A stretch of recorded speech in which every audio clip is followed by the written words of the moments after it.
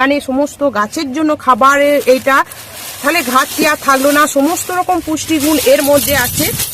এর মধ্যে আমি দিয়ে দিলাম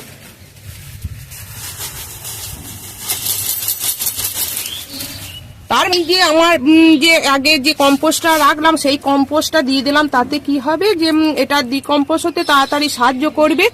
তারপর এখানে আছে একটু গোবর সার মিশ্রিত মাটি, আমি এর মধ্যে দিয়ে দিচ্ছি।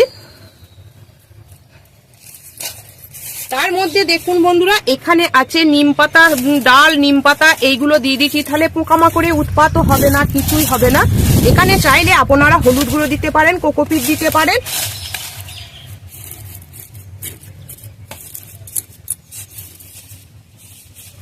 যেহেতু বন্ধুরা প্রথমে নিম পাতা দিচ্ছি, পোকামাকড় লাগার ইয়ে নাই, তাতেও আমি এখানে একটু হলুদ গুঁড়ো দিয়ে দিচ্ছি।